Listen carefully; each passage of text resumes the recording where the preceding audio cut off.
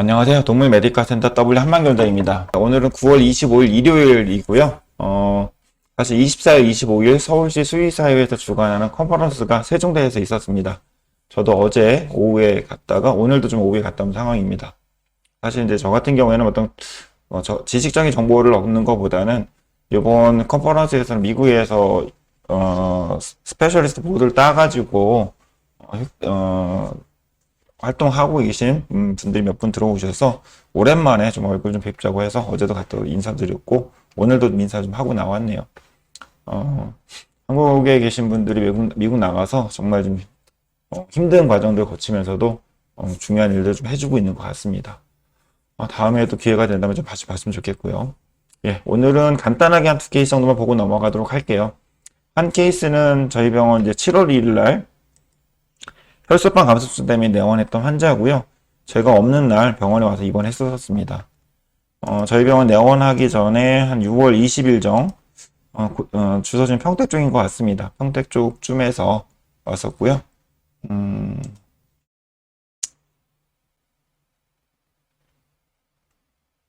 예, 저도 혼자 하는 것도 실수를 좀 했네. 나중에 좀 편집해서 올려놓도록 하겠습니다.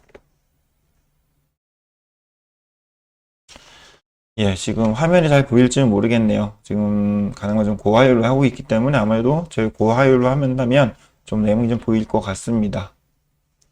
저희 병원 7월 1일 날 내원했고요. 지금 6월 20일 날 혈소판 감소증이 있어서 지역병원에서 일단 치료했는데 반응이 좀 계속 좋지는 않았었나 봐요. 그리고 한 6월, 그리고 5월 4일 정도쯤 교통사고 나서 지역병원에 입원해서 수술을 받는데 회복하는 도중에 혈소판 감소증이 있었다고 합니다. 그 당시에는 치료하면서 어떤 비장 접수를 권장받기도 했었던 상황이었던 거고, 그다음에 수혈도 좀 했었었고, 그 다음에 면역어업제, 아까 말씀드린 것처럼, 면역글로빈인 리브감마라든지 아니면 PDS, 그 다음에 사이클로스포닌 모두 사용했었던 겁니다. 차트상에서만 20일 정도긴 한데 보호자님 얘기 상담했을 때는 거의 한 달 정도 동일한 처치를 했었는데도 혈소판 감소증이 개선이 되지 않아서 찾아 저희 병원까지 오게 됐었습니다. 차트 내용 보면 빈크리스틴까지 사용했었던 것 같습니다. 일단 지난 어떤 결과들을 좀 본다면요.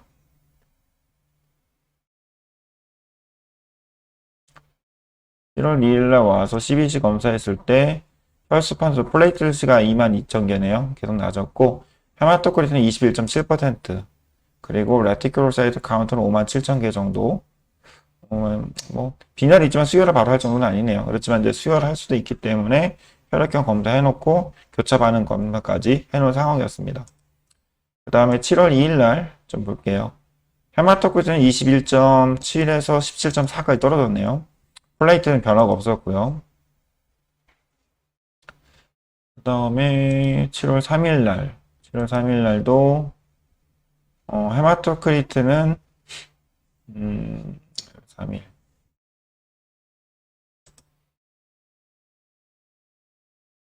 헤마토크리트는 17.9%가 떨어졌습니다. 그리고 레티큐로사이트는 21,000개 정도. 그리고 레티큐로 아니죠. 혈소판이 21,000개 정도. 그 다음에 레티큐로사이트는 25만 개로 증가되기 시작을 했네요. 재선성이 이제 나타나기 시작을 한 상황이고. 그래서 이 환자는 7월이나 제가 없을 때 내원했던 환자여서 병원에 연락을 해서 어떤 처치를 하라고 얘기를 드렸습니다. 기본적인 처치를 했었고, 사실 혈소판이 낮고 이전에 어떤 처치에서 반응이 없었던 상황이기 때문에 첫 번째로서는 이제 TPO, 슬로모포에이틴 있죠. 로미플레이트를 상담을 하고 보호자님 쓰겠다고 하셔서 10마이크로그램 per 킬로그램 SC를 했습니다. 보통 TPO를 쓴다고 해서 바로 증가되는 건 아니에요. 보통 72시간에 걸쳐서 증가되더라고요. 우리가 EPO를 쓰더라도 좀 시간이 걸리죠. 그런 것처럼 마찬가지로 한 3일 정도 증가될 겁니다. 그때까지는 빈혈이 심해진다면 빈혈에 대한 처치를 해줘야 되고, 그래서 이제 빈혈 모니터링 했던 거고요. 그 다음에 혹시 모르기 때문에 면역글로빈, 이뮤노글로빈은 리브감마를 같이 투여했습니다. 그리고 리튬 카보네이트가 약간 골수 형성을 촉진하잖아요. 플레이트뿐만 아니라 RBC, 그 다음에 WBC, 뉴트로필까지 생성을 하는 데 도움이 줄 수 있기 때문에 리튬 카보네이트를 처방해서 먹였던 겁니다. 그리고 다행히도 아까 보여드렸던 것처럼 3일이 지나면서 뭘 볼까요? 적혈구 수치가 21%에서 17.4%까지 떨어졌다가 17.9% 올라갔죠. 보통 이 정도면 수혈을 했었을 겁니다. 저 같으면 이제 수혈을 좀 보류를 하는 상황이고요. 수혈을 안 했더니만 4일째 7월 4일날 20.7%까지 올라갔어요. 그리고 7월 5일날은 25.6% 올라갔고, 그래서 중간에 수혈할 수도 있기 때문에 일단 혈액형하고 교차 반응 검사까지 해놨었는데 수혈을 안 하고 넘어갈 수 있는 상황이 됐었죠. 그러면서 레티큘로사이트 카운트는 처음에는 57,000, 62,000, 25만, 그러면서 56만으로 증가됐고요. 그 다음 중요한 혈소판이죠. 혈소판 같은 경우에는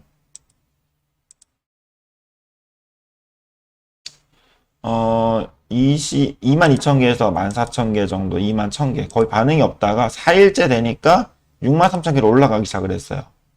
그리고 5일째 187,000개까지 증가됐고, 그래서 수혈을 할까 말까 고민했지만 수혈을 안 하고 다행히 개선되기 시작했던 케이스입니다. 그래서 최근에는 지금 혈소판 수치는 34,000개, 34만 개 정도 유지되고 있고, 헤마토크린 47%, 여기에 레티콜사이트는 한 조금 올라왔네요. 오늘은 12만 9천 개 정도.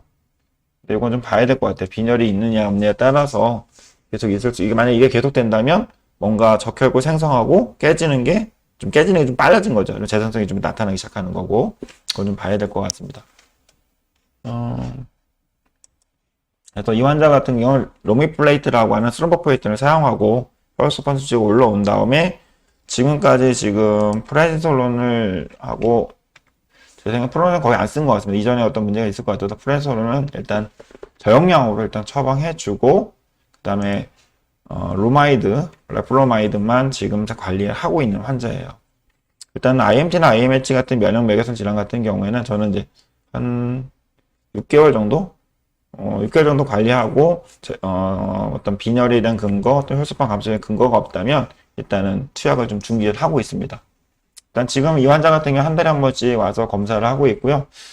처음에 이제 스테로이드 안 쓰는 거에 대해서 보호자님이 많이 걱정을 하셨어요. 괜히 혈소판 수가 다시 떨어지는 거 아니냐라고 했지만, 루마이드만 갖고도 면역 억압이 잘 유지되는 경우도 애들이 좀 많은 것 같아요. 그리고 텍스트 찾아보니까 한 4에서 5일 정도 되면 레플로마이드는 스테디스테이트까지 올라온다라는 내용이 되어 있더라고요. 그래서 일주일 이내에 면역 억압 효과는 분명히 도달하기 때문에 충분히 효과를 주는 것 같습니다. 그리고 이전에는 IMT 환자에서 재생성이 잘 안 보이는 경우에 저희가 빈폴라스틴 써보는 경우도 있죠.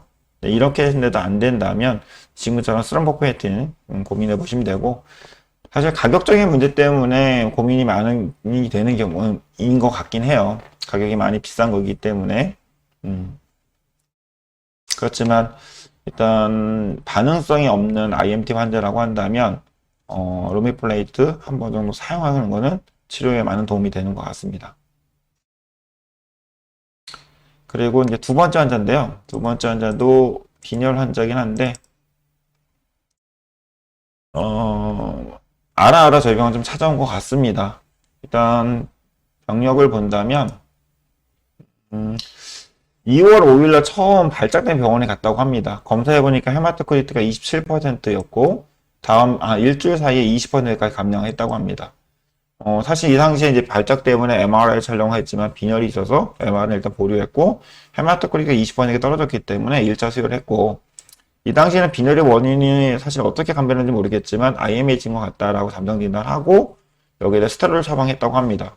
스테로이드에 어떤 처방의 반응을 보였고 6월 4일날 중단을 했었다고 합니다. 근데 중단하고 한 달 만에 7월 6일에 헤마토크리트 26%가 떨어졌고요. 그래서 기존에 다니던 병원에서는 IMH로 다시 잠정 진단하고 스테로이드 처방했는데 PCV가 좋아지다가 다시 빈혈이 생긴다라고 했었는데, 제가 가져온 결과는 보면 빈혈은 다시 개선되고 있는 것 같아요. 그래도 보호자분은 아무래도 비재생성 빈혈이라고 진단을 받았고 얘가 개선이 좀 애매한 것 같다. 그래서 저희 병원까지 찾아오게 됐습니다. 그러나 가져오신 결과를 좀 확인해 보니까 7월 6일 헤마토크리 26%에서 레티큘러 사이즈가 66,000개밖에 되지는 않았어요. 그렇지만 8일 날은 헤마토크리 23.1가 좀 떨어졌지만 레티큘러 사이즈가 102,000개로 좀 증가되었고 7월 10일 좀 4일 정도 전환 경과했을 때 헤마토크리는 24.8%좀 올라갔어요. 그리고 레티큘러 사이트 카운트가 232,000개 증가되고 있는, 사실 비재생성 빈혈이 아니겠죠. 빈혈이 생기고 있고 재생성이 생기는. 그리고 스테로를 사용했을 때 점점점 PCB가 올라가는 양상을 보였기 때문에 이 환자는 제가 봤을 때 IMH는 맞는 것 같아요. 재생성 빈혈이었던 것 같고. 그래서 오늘 와서 검사를 해보니까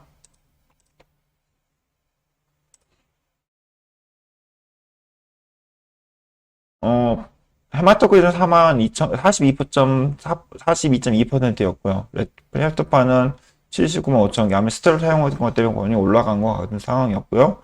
레틱은 3만 3천 개 정도. 아직 반응이 없는 거죠.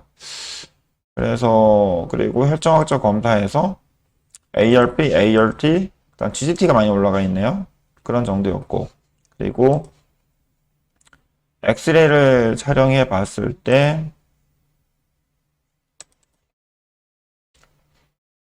일단 간이 좀 많이 좀 커져 있는 상황. 사실 이제 이 수치만 놓고 보면 큰 문제는 없는 것 같아요. 근데 간 수치가 올라가고 있고 PDS에 대한 어떤 반응들, 부작용들 심하진 않거든요. 그래서 보호자분하고 얘기해봐서 일단 이거 나와서 초음파 검사를 했을 때 담낭 점액종이 이제 시작되는 단계인 것 같아요. 주비 내에 이렇게 하이퍼 에코익한 물질로 차 있는 상황이었고 지금 이렇게 봐도 거의 움직임이 없죠. 예. 그래서 주비 뮤코질 이제 초기 단계인 거라고 좀 판단해 드렸고, 그 다음에 이제 간은 에코가 좀 많이 올라갔죠. 아무래도 스테로이드를 오랫동안 사용한 것 때문에 그런 것 같고요. 일단 뭐 다른 문제는 췌장도 약간 스웰링 되긴 하지만 크게 문제될 정도는 아니었고, 초음파상에서 좌측 부신이 3.1mm 정도, 방광이 약간 결석이 있었고요. 우측 부신은 한 3.3mm 정도. 그래서 양측 부신이 약간 위축되어 있는 상황입니다. 어떻게 보면 빈혈이 온 게 만약에 재생성을 동반하지 않았다면 일단 속발성 에디슨이 있는 상황일 수도 있겠죠.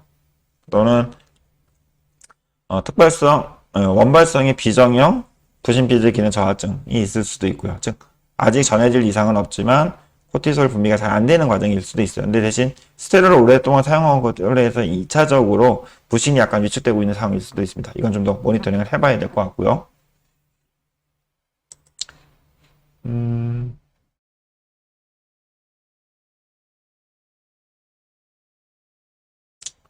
그 다음에 하나 이제 그쪽 병원에서 보내온 결과를 본다면 일단 헤마토크리트가 뭐 26에서 23.1까지 떨어졌었지만 점점점 그래도 올라왔네요. 35%까지. 그리고 레틱도 66,000개에서 12만, 23만 2천, 17만 6천, 22만 3천.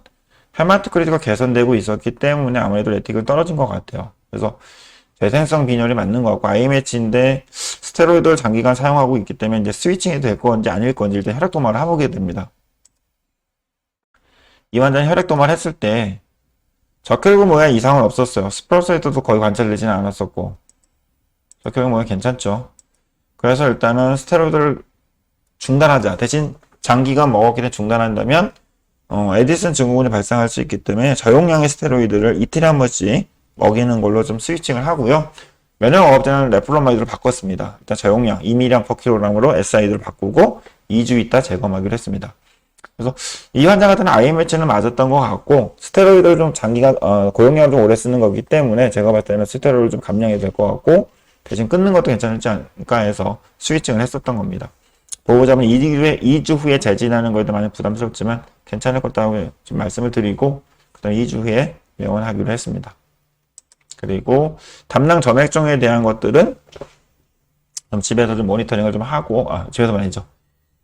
3개월 단위로 모니터링 해보고 빈혈에 대한 문제들이 어느 정도 개선이 된다면 그때 가서 수술적으로 담낭 적출하는 걸 좀 고려하시라고 말씀을 드린 상태고, 양쪽 부신이 작기 때문에 이거는 지속적인 팔로업이 필요하다. 만약에 이제 수술을 끊었고 부신이 다시 커져 온다면 약을 썼던 것 때문에 일시적으로 작아진 걸 볼 수 있겠지만, 그렇지 않고 점점 작아진다면 에디슨으로 진행될 수 있기 때문에 그런 호르몬 질환에 대한 모니터링을 지속적으로 할 걸 말씀을 드렸습니다. 예, 오늘은 좀 그런 이제 빈혈 환자로 찾아왔던 케이스가 있어서 한번 정리를 했고요. 일단 오늘은 좀 일요일이기 때문에 이렇게 간단하게 마무리 좀 하도록 하겠습니다. 예, 오늘 좀 시작하면서 좀 문제가 있었는데 그 부분을 좀 이해를 해주시고 점점 가면서 실수를 하지 않도록 좀 노력하도록 하겠습니다. 예, 오늘도 여기까지 시청해주셔서 감사합니다.